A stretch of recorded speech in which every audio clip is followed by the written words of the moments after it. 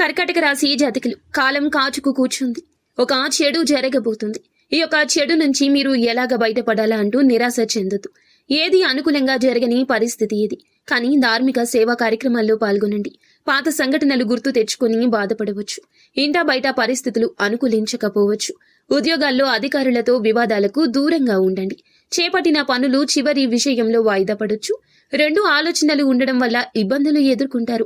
బంధువర్గంతో మాట పట్టింపులు ఉంటాయి. అనారోగ్య సమస్యలు మరింత చికాకు పరుస్తాయి. ఇంటి నిర్మాణాలు కాస్త మందకొడిగా సాగొచ్చు. వ్యాపార స్థలాల్లో స్వల్ప లాభమే ఉంటుంది.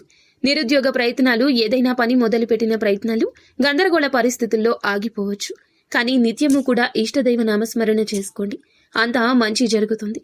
అంతేకాకుండా ఈ రాశి జాతకులు విష్ణు పంజర స్తోత్రం పారాయణం చేయడం వల్ల శుభ ఫలితాలు కలుగుతాయి. మీకు ఇంకా ఇతరత్ర ఎటువంటి సమస్యలు, సంతాన సమస్యలు, భార్యాభర్తల సమస్యలు, స్త్రీ పురుష వశీకరణం కూడా చేయగలరు మా గురువు గారు. 3 రోజుల్లో పరిష్కారం లభించును. నమ్మకంతో సంప్రదించండి.